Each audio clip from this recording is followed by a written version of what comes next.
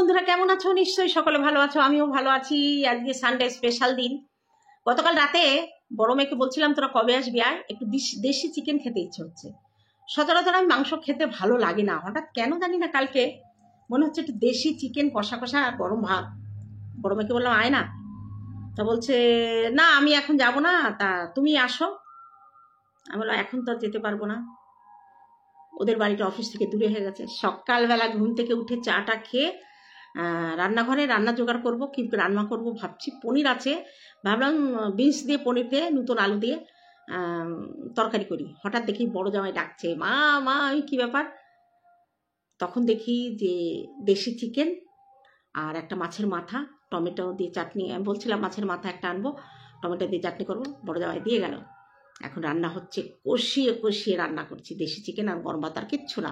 আর একটু লাউ ঘন্ট আছে গতকালকের, ওটা খেয়ে নেবো। তা চলো তোমরা দেখবে তো দেশি চিকেন, কিচেন না দেশি চিকেন, লাল লাল ঝোল। অবশ্য লাল হয় না, কারণ আমি কাঁচা লঙ্কা দিয়ে রান্না করি। তা কাঁচা লঙ্কা রান্না তোমরা একদিন করে খেয়ে দেখো, হেভি টেস্ট হয়, হেভি টেস্ট।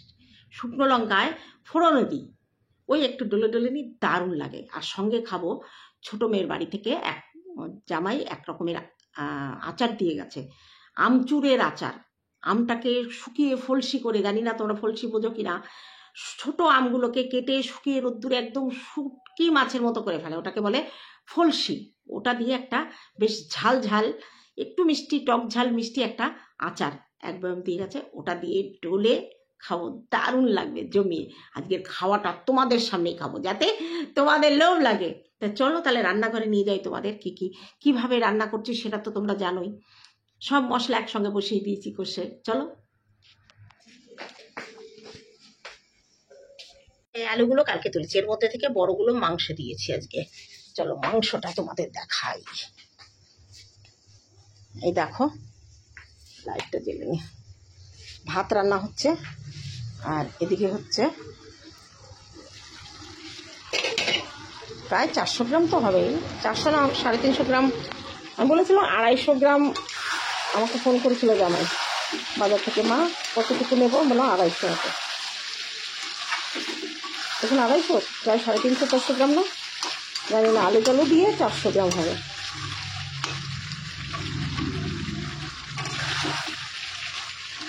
দেখো কাঁচা লঙ্কা গোটাও দিয়েছি, আবার ফোড়নে দিয়েছি জিরে, তেজপাতা আর 2টো শুকনো লঙ্কা। মশলা মাংসে মাখিয়ে রেখেছিলাম, 10-15 মিনিট মতো মাখানো ছিল। তারপরে এটাকে এবার স্টিমটা একদম কমিয়ে দিয়ে কষে নেবো ভালো করে। চলো তাহলে পরে আবার আসছি। দেখো আমার দেশি চিকেনটা রান্না হয়ে গেছে, কাঁচা লঙ্কা রান্না। এই আলুগুলো দিয়েছি জানো কি জন্য? এটা কিন্তু আমার মাংসের আলু না, পরে কাঁচা আলু কেটে দিয়েছি, কারণ একটু লবণ টান টান হয়ে গেছে। মানে আমি যখন মাংসটা মাখিয়ে রেখেছি তখন একরকম লবণ দিয়েছি, আবার ঝোলে একটু দিয়েছি, এবার বেশি হয়ে গেছে, কী করবো। আর এই হচ্ছে লাউয়ের ঘন্ট ধনেপাতা দিয়ে। চলো এবার স্নান করবো, পুজো করবো, ততক্ষণে মাংসটা ঢাকা থাক। ভাতটা ওখানে উপর দিয়েছি, চান করে পুজো করে তারপরে খাওয়া দাওয়া করবো। চলে এসেছি দুপুরের খাবার নিয়ে, সাদা ভাত আর হচ্ছে দেশি চিকেনের কষা কষা, আর হচ্ছে লাউ ঘন্ট। এটা দিয়ে আমি এখন ভাত খাবো। আর সঙ্গে আছে এই যে স্পেশাল ফলসি আচার আমের। তা চলো 2টো আমের আচার নিয়ে নিই, তারপরে খাওয়া শুরু করি। কীর্তন হচ্ছে বাইরে, মানে ওই পাড়ায় একটু অনুষ্ঠান হয়। এই যে আমের আচার হাতের উপরে নিলাম, বেশি নেব না, 3টে নিলাম। এবার খাওয়া শুরু করি। প্রথমে খাবো হচ্ছে লাউয়ের ঘন্ট দিয়ে।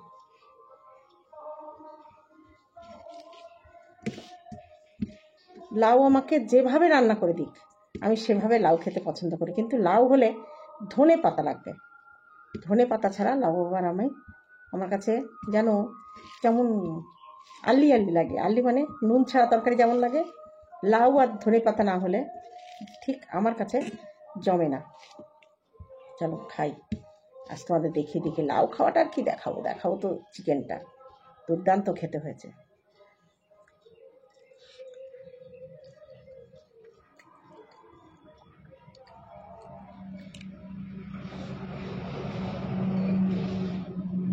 লাউ খাওয়াটা তোমাদের দেখালাম না, চিকেনটা খাবো যখন তখন।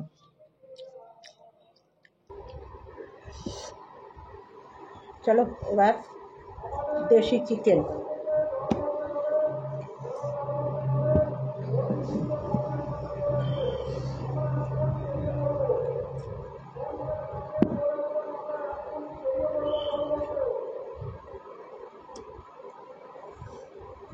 বাটিতে যতটা এনেছি খেতে পারবো না।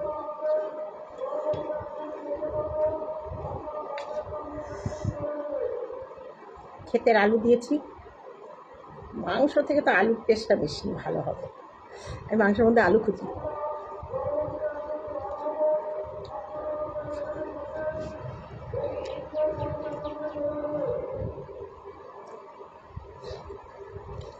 দারুণ হয়েছে।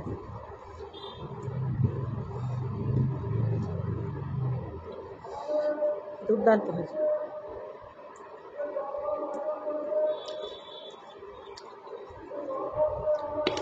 দেখো লবণ কড়া হয়েছিল, আলুগুলো দিয়ে দিয়েছি, লবণ টেনে নিয়েছে, একদম পারফেক্ট। কোনো তরকারি, মাছ মাংস কোনো তরকারিতে লবণ বেশি হলে দুটো আলু 4 টুকরো করে কেটে দিয়ে দেবে, ভালো করে ধুয়ে খোসা সমেত দেবে। ওই কাঁচা আলুটা সমস্ত লবণ, বাড়তি লবণ টেনে নেবে।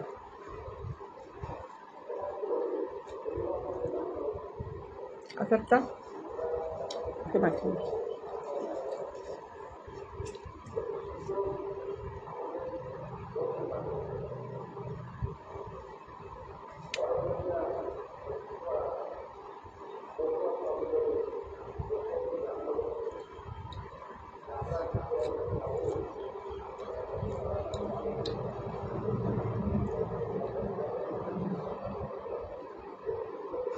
চলো পুরো রান্নাটা, পুরো খাওয়াটা যদি তোমাদের সাথে খাই, আমি জুত করে খেতে পারবো না। চলো, লোক যাওনি তো কেউ, দাঁড়াও।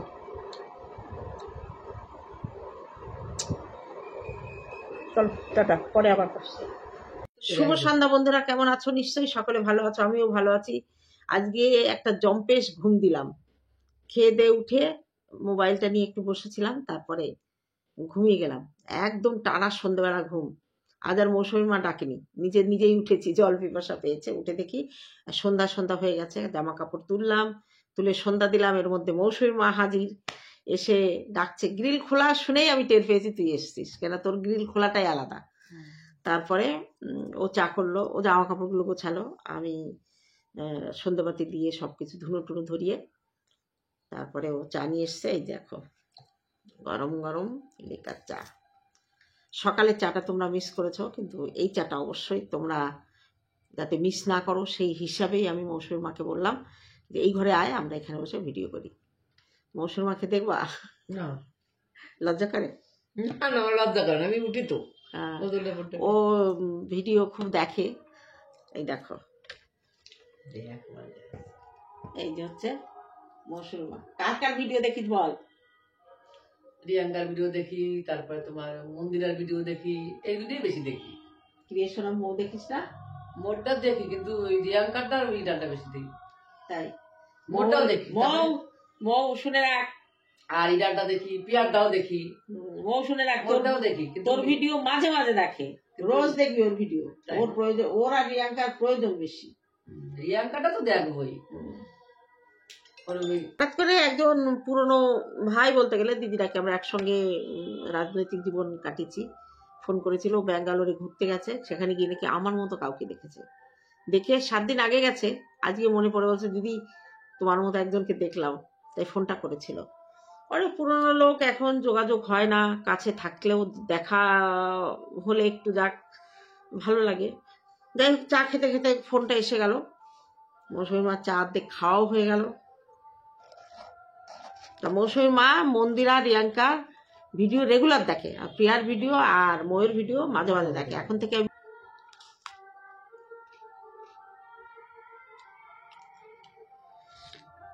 চাটা মৌসুমী মা হেভি বানায়। ওর নাম হচ্ছে সোমা, তাই তো? কিন্তু আমি ছোটবেলা থেকে, যেদিন ওর মেয়ে হয়েছে সেদিন থেকে ওকে মৌসুমীর মা বলে ডাকি। সেই একটা কি ডাকা অভ্যাস বদ অভ্যাস হয়ে গেছে।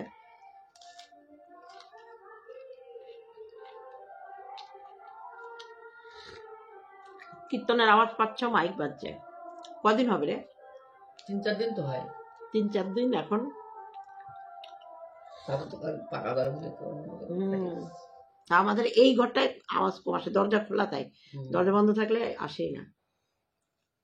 মাইকটা দিয়েছে আমার রাস্তা দিকে, যে ঘন্টা ওই জায়গা মাইকটা ওইখান থেকে এত দূর মাইক?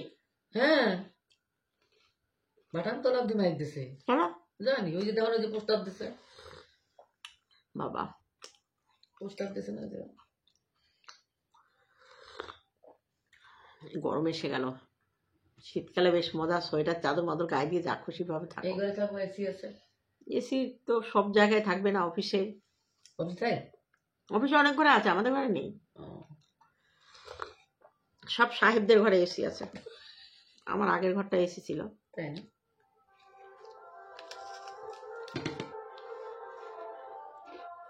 তুমি তো ভিডিওর শেষ প্রান্তে চলে এসেছি। এখন বলবো কিছু মন কি বাত। বলেছি আমার ব্লগ ভিডিওর সঙ্গে সঙ্গে কিছু মনের কথা থাকবে। কিছু 2-1টা ভিডিও দেখলাম, দেখার পরে এখন খুব হাসি পাচ্ছে, জানো তো, খুব হাসি পাচ্ছে। একটা কথা খুব অবাক লাগছে।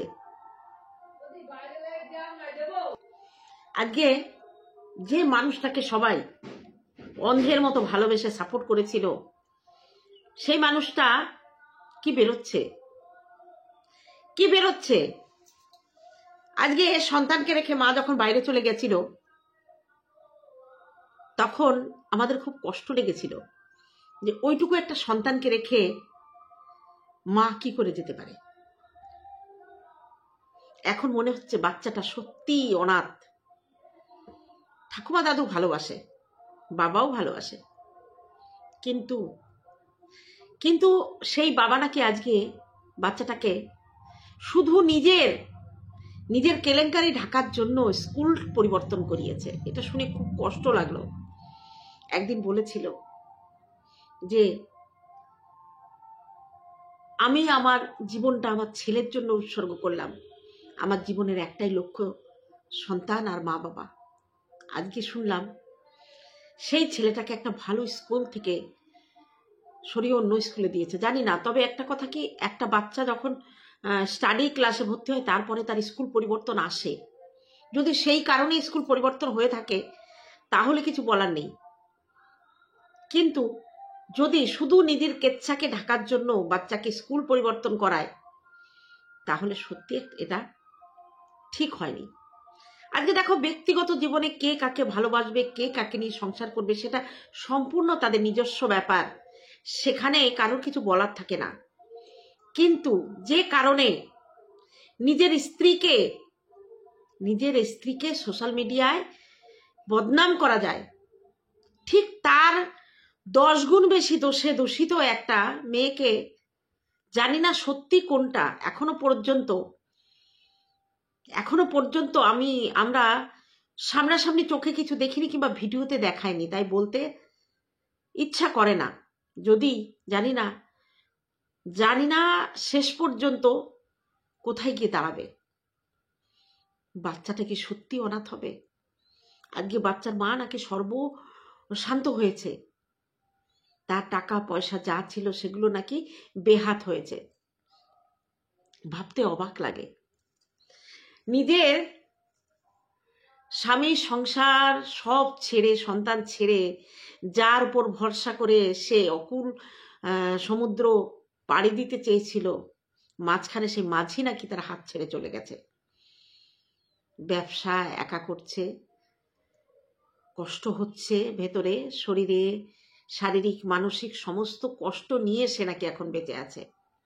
খারাপ লাগে মাঝে মাঝে।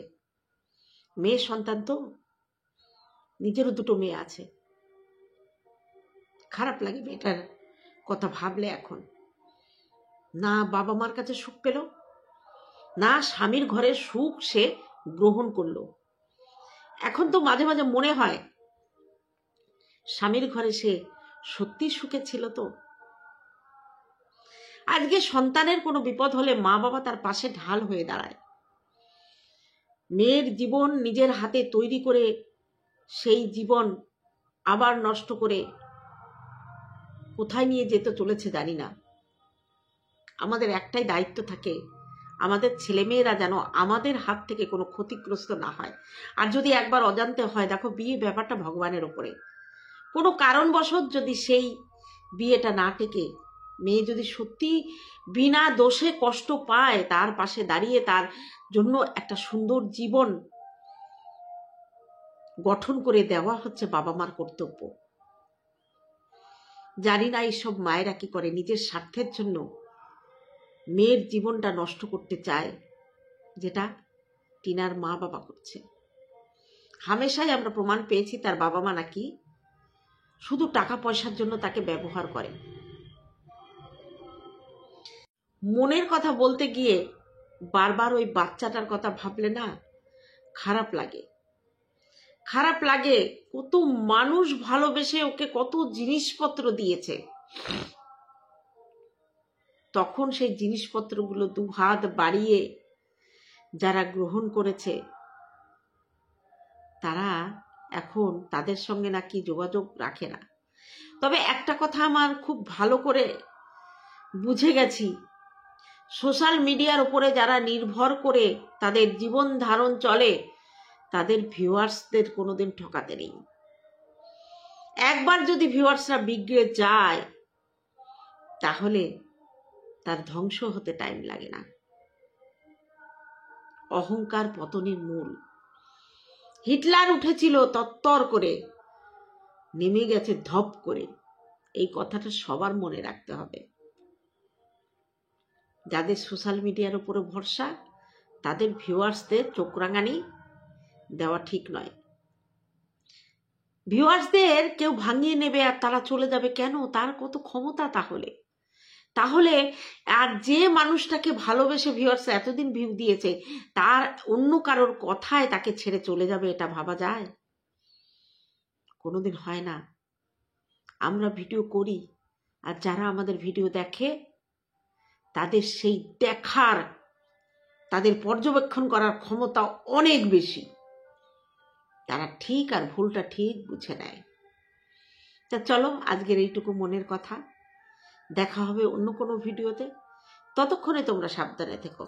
টাটা আমার ভিউয়ার্সদের জন্য।